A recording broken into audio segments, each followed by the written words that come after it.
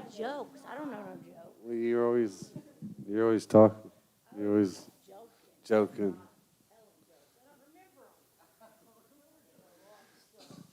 Okay, yeah, it's a pleasure to be here with you guys. I think God's doing something beautiful in this space and this time, you know. We could use this hour for anything, right? We could literally do anything. But what God spoke to me several months ago was not to come up here and preach, not to come up here and teach. There's plenty of time for that, and that's all great and wonderful. But this is a time, because I know some of these classes, you guys get fed a lot, right? But you don't get a chance to speak what's on your heart, what God's doing in your life. You know, what God's been speaking to you. And so he told me to have you guys share your stories. You know, what greater thing is there than for you guys? You're what inspires me, you know.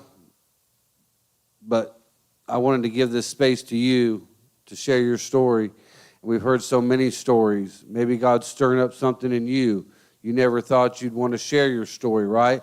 But I think it's really helpful, not only for the person, right? But it can, you know, Allie, how was it for you last week? Was it last 2 weeks? Was it helpful for you to be able to share your story? To testify what God's done in your life? Maybe get out some things that you've held inside, right? That you can just release stuff, right? And it's a safe space, too, because ain't nobody going to share it, you know? And you start to realize we're all going through the same struggles, right? We all come from broken places, most of us. Broken places, right? But beauty from ashes, right? You know, out of the darkness and into the light, God's done something beautiful in your life. He's doing something right now. You may not see the completion, the end of it, but if you'll be sensitive to what he wants you to do and obedient, right? Just the next step forward, the next day, right? Then I've seen him completely restore somebody's whole life in a matter of months or years. Everything that they lost, they thought they could never get back. God wants to restore that. He did it to Job. He lost everything, and he restored it double-fold. He can do that. He can give you more. Not just what you lost, but more than what you lost, right? He wants to do that for you. Karen is very special. She's special to me. She's been around here, I think, as long as I have, as long as I can remember. But she started coming around here, and the word faithful applies to her because her and her mom, they've just been faithful to be here because they love God, they love you guys, and they want to help out. And then this Friday night thing, you know, just kind of morphed, and she's really the catalyst. You know, I'm working late. I barely get off at 6 sometimes, you know. I rely on her. I can trust her to do things that I can't even do, even though Ruth and Steve explained to me how to do all that, it just don't sink in, right? It ain't something I'm gifted in, right? So it's just been such a blessing to watch her grow and to lead and to serve out of a place of love. And it's just amazing. She's very special. She's very special. She knows that, but she ain't going to tell you that because she's humble, and I like that, right? She is a little bit ornery, right? But, right. I like that. God says be a man of few words, you know. So, but we're going to hear her speak tonight. She's going to talk tonight. She's going to share. She's going to open up, right? And I love that song, A Living, Breathing Testimony. She's going to come out here. She's a living, breathing testimony, and she is a miracle child.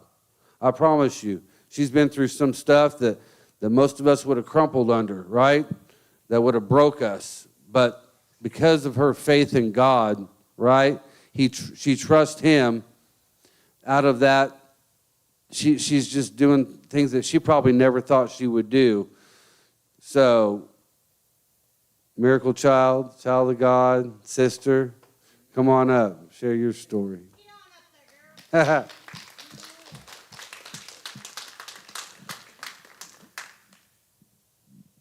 You need anything? You gonna stand? You want the table? You want the preacher? podium? He ain't gonna preach like that? Okay.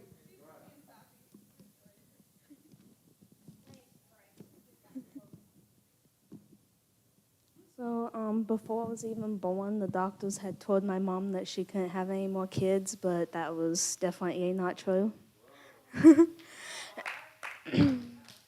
And then when I was 4, we had found out that I was born with a brain cyst, but it's benign. And then a few years ago, we found out that I have another one, and it's also benign. And then also I had really bad seizures for several years where my eyes would roll behind my head, and there was at least one time that I stopped breathing. But God had healed me from those seizures. And then when I was almost 5, my grandma had passed away from cancer. And it was, well, when my mom was going to have me, they said that I was 10 days late. And I had realized recently that if I would have been born 10 days before, that I would have been born either on the day or the day after she had died.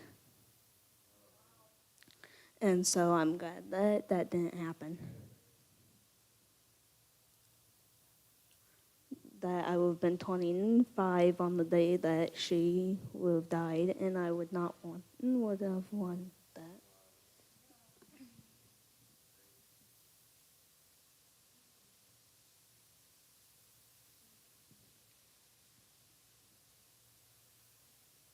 And then for several years, my mom and I had to deal with some guys and stuff being really abusive. Well, there was one time that there was a guy when I was really young that he got mad at me for breaking something, and he started yelling and screaming at me. And when my mom was trying to talk to him about it, he started yelling at her, so I ran underneath the table to hide from him and crying.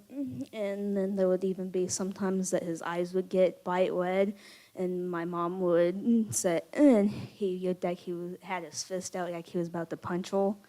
And then she would say, "Get out of him. I know it's not really him." And then after she would say that, tell the devil to get out of him in Jesus' name, then he would all of a sudden coil up and be fine. And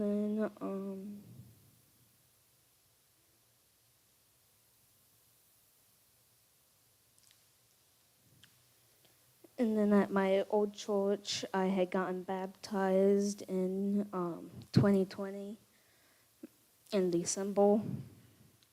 And that Yas song that I had played, they played when I was getting baptized.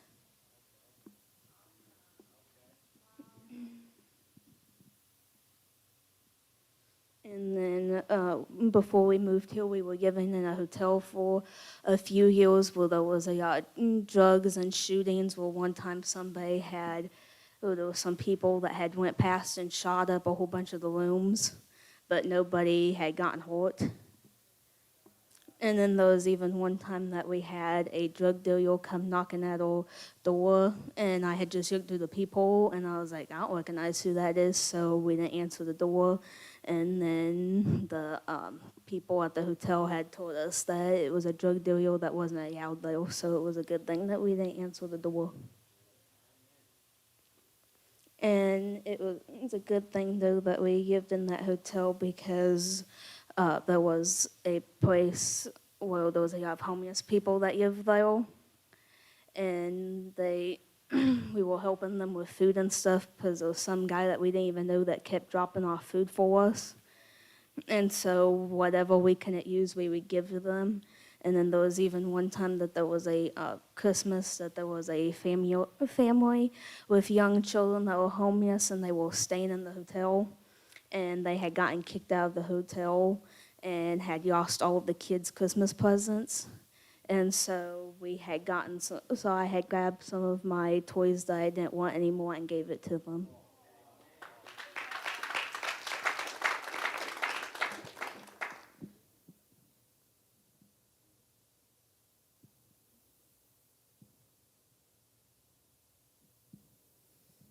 And then after it was time for us to move down here, we found out like a few months before we had moved down here about Independence, Kansas, because before that we didn't even know anything about it.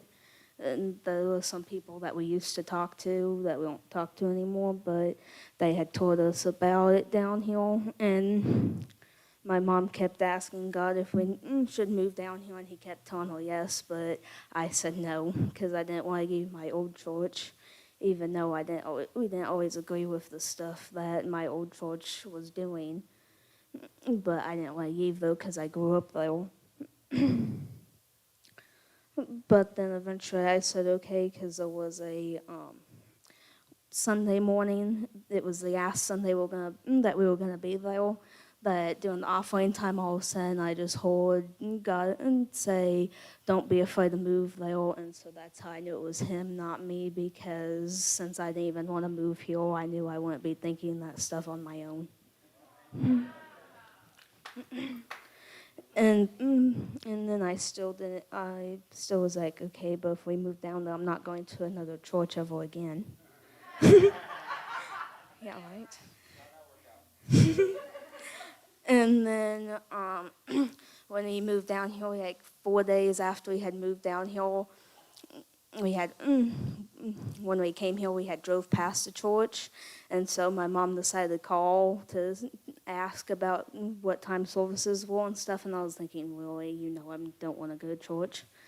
And then what she asked me was like, well, do you want to go tonight? And I almost said no, but then all of a sudden I heard the Holy Spirit say, you need to go. And I was like, I don't want to go though, but I decided to go ahead and come. And then when I got here, we were playing a song about not walking away. But I was like, right now I want to. I don't want to be here. But I stayed, and at that time they had the youth group here, and that was the first thing that surprised me because at my old church, even though I grew up there, in the youth group there, a lot of times they wouldn't even care if I was there or not, it seemed like. And so I was surprised that the first time I came here that they actually wanted me around when they didn't even know me. And so and then I had decided to get rebaptized in 2022 after we had moved downhill. And then last year I had went to church camp to learn about more about Jesus and stuff, and we had like a class where you could take whatever class you wanted to, and the one I took was about the Beatitudes. It was the one I decided to take. Well, it would talk about what each Beatitude and stuff meant.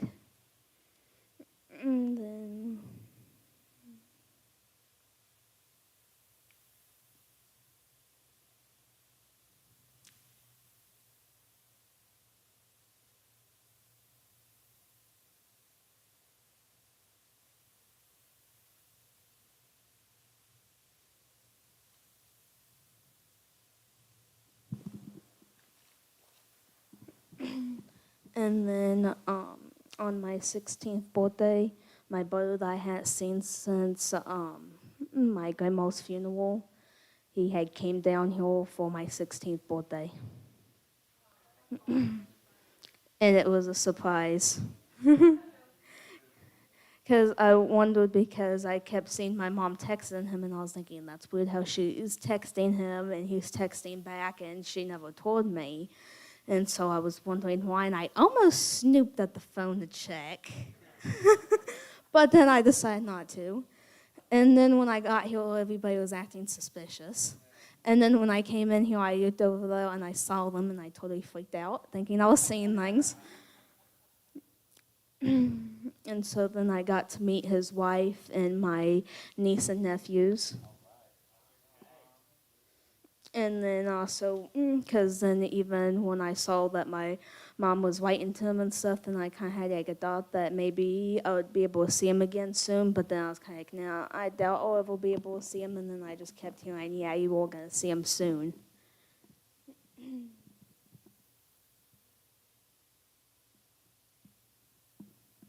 And then also when we first moved down here, when Pastor had asked me if I would like to walk in the booth, I said yes, but I wasn't really sure if they were going to get me because I was so used to how my old church was that even though I grew up there, they didn't want people doing things, only certain people they wanted doing things.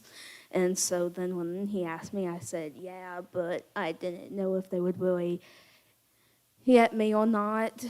And then he talked to Stephen Roof about it, and they okayed for me to be up there.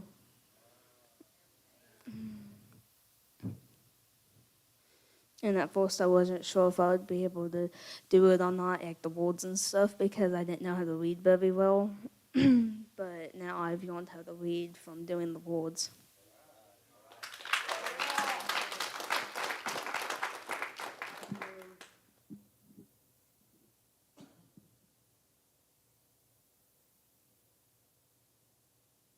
Mom.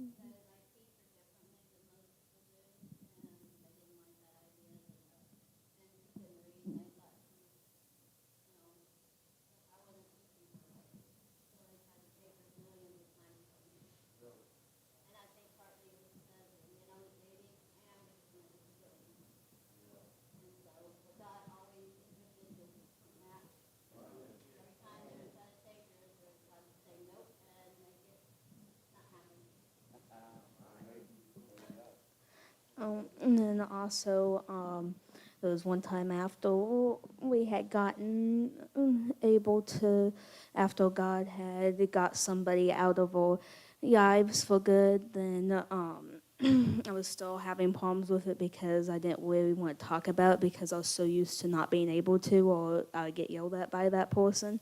And so then a guy that used to come here that's like a brother to me, he he was gonna help me try to tell my testimony, and so once a week we would meet, and then I felt like I needed to tell him about the stuff that was going on before because I needed to get it out and not just keep it inside. And then there was one week that I was gonna do it, but then I almost didn't. And then all of a sudden he just stopped and was like, "Is there anything else?" Like he knew that there was something that I hadn't told him. And so then I told him because also he could tell because I was having trouble remembering things that I always thought I knew. And so then he had gave me some Bible verses in Philippians about thinking about different about good stuff and not thinking about bad stuff. And so then I kept reading that verse once in a while, and then the next time I had met with him, then he said he could tell that I had done much better because I was able to tell him stuff.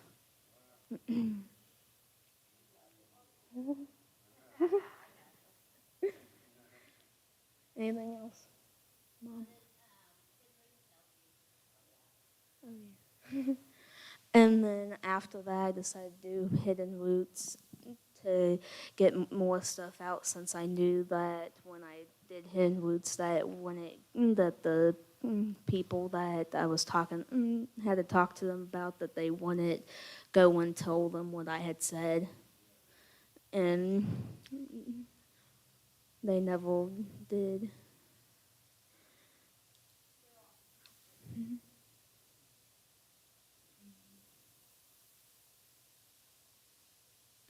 Anything else?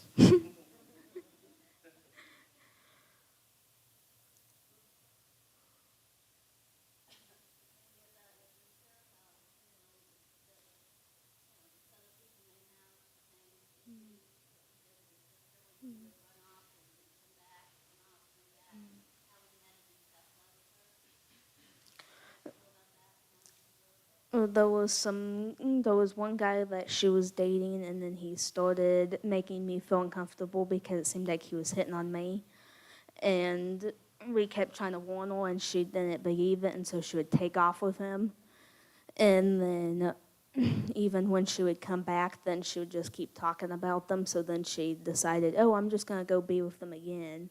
And then one time we were trying to figure out how to go back down here, and she's like, well, if I can't get back down, though, that means I'm meant to be with that person then. That she thought that meant that she should just stay stuck in the relationship. But then we were able to go get her.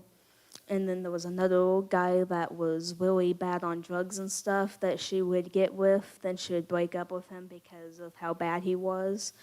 And then she would keep talking about him and stuff and saying she wanted to go back with him. So she would even go out and be with him and be homeless with the guy.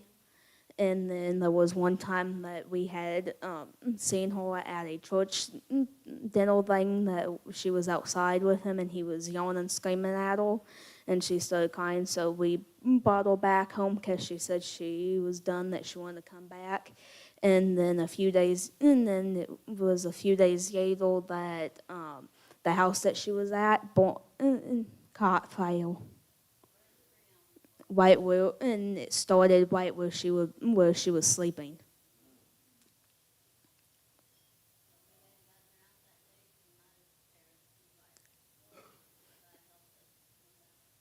And then also for a while she didn't believe in God and stuff and would try to get me not to sometimes, or should say that she didn't want me believing in God anymore, but I wouldn't listen to her. And so then we eventually had her go to Texas once she was ready to, and take it with her uncle. And so now she's going to church and reading the Bible. The first time she ever sent a Christian thing to me, I literally thought a pastor stole her phone. Or that she got hacked.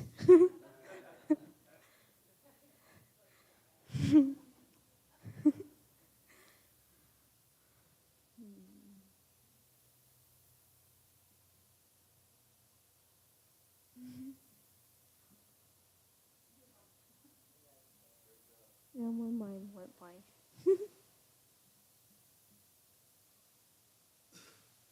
And that's why I'm staying single.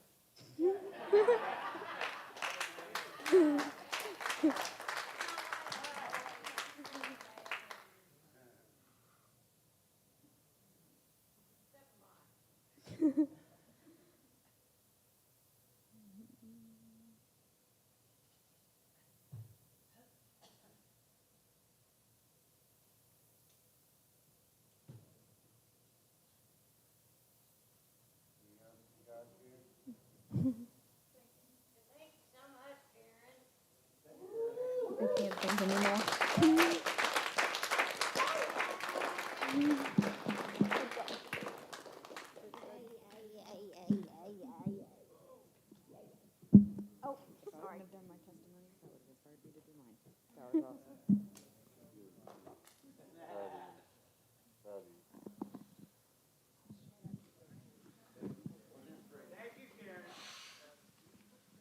Here, Karen. You have dinner tonight. That was amazing, yeah.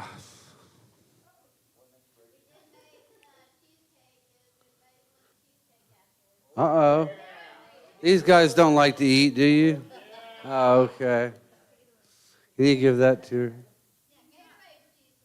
Gatorade and cheesecake.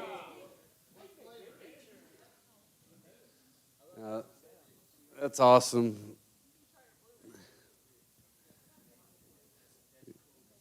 Yeah, I just see that she loves people, you know. She cares about people, her and Diane both. They just want to help people, and that's really what this place is about, you know. Sometimes you're in a place where you need help. Sometimes you're in an opportunity where you can help others.